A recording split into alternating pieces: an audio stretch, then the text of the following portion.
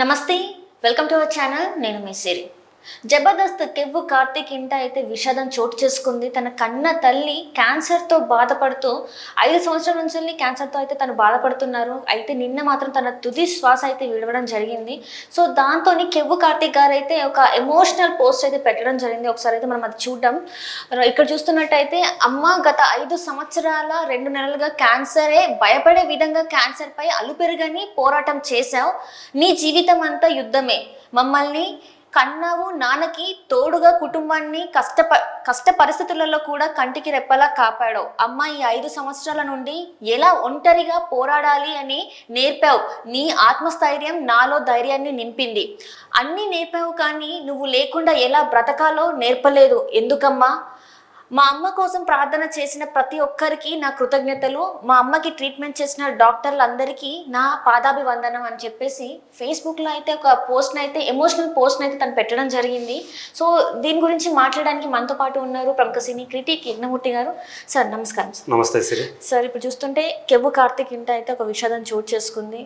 వాళ్ళ తల్లి గారు మరణించడం జరిగింది క్యాన్సర్తోని. 5 సంవత్సరాల నుంచి తను పోరాటం చేస్తున్నారు దాని మీద.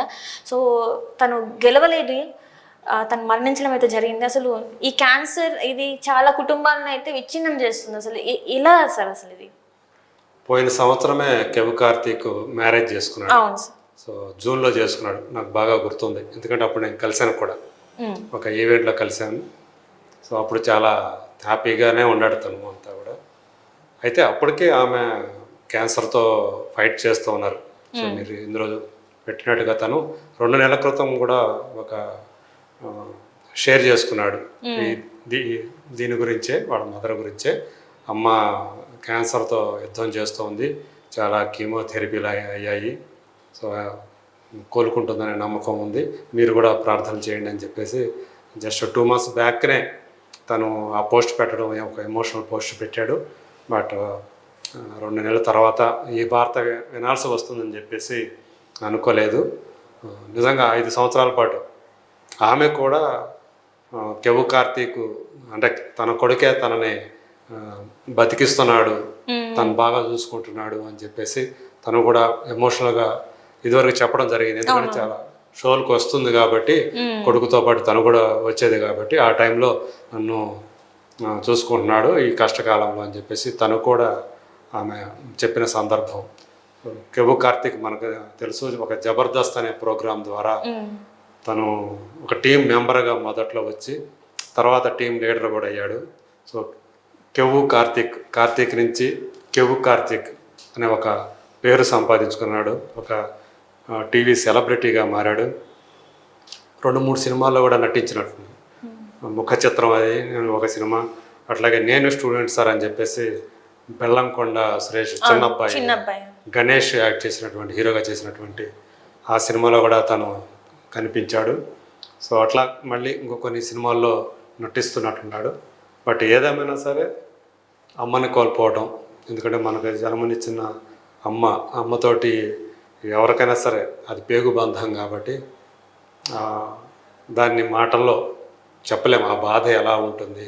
పైగా అంటే కొంచెం మనకి ఎక్కువ అమ్మతో అటాచ్మెంట్ ఎక్కువగా ఉన్న వాళ్ళకి, సో ఆమెతో అనుబంధం ఎక్కువగా ఉన్న వాళ్ళకి ఆ బాధ, ఆ పెయిన్ తట్టుకోలేని విధంగా ఉంటుంది. సో ఈవెన్ అది పెళ్ళైన వాళ్ళకైనా సరే కూడా. సో తను నేను చెప్పినట్టు అలేఖ్య అనే ఒక అమ్మాయిని పెళ్లి చేసుకున్నాడు. సో హ్యాపీగా ఉన్న టైంలోనే అమ్మ మృతి చెందడం అనేది చాలా బాధాకరం. రాత్రి ఆమె చనిపోయారు, తుది శ్వాస విడిచారు. ఈరోజు ఆమెకి అంత్యక్రియలు కూడా జరిపేశారు. సో ఏమైనా కెవ్వు కార్తీక్ వచ్చిన కష్టం ఎవరో కూడా తీర్చలేనిది అది. ఎందుకంటే అమ్మ లోటు ఎవరో కూడా దాని ప్రత్యామ్నాయం లేదు కదా, అమ్మకి ప్రత్యామ్నాయమే లేదు. సో అట్లా మనకి అంటే నాన్న నడిపిస్తాడు, అమ్మ మనకి అన్నం తినిపించి మన ఎదుగుదలలో, అంటే మన చిన్నతనంలో మనకి అమ్మ అన్నం పెడుతూ పాటలు పాడుతూ చెప్తుంది కదా, కథలు చెప్తూ పెట్టుతుంది. మనం ఆమెను అంటే మొరాయిస్తుంటాం, తినకుండా అటు ఇటు పరిగెత్తుతూ ఉంటాం. సో ఒక కుదురు కూర్చొని తినాలంటే మంచి ఇంట్రెస్టింగ్ పాటలో లేదా కథలో చెప్పాలి. అట్లా అమ్మ అవన్నీ చెప్పి అట్లా చందమామ రావే చాబిలి రావే అనే పాట అట్లాగే కదా వచ్చింది. అవును సార్. సో అట్లా సో మనకి అమ్మ లేని లోటు అనేది, అంటే అమ్మ ఒక ఎమోషన్ కదా, అది ఆ ఎమోషన్ మామూలు ఎమోషన్ కాదు. నా అమ్మ నాన్న ఇది రెండు ఎమోషన్లు అవి.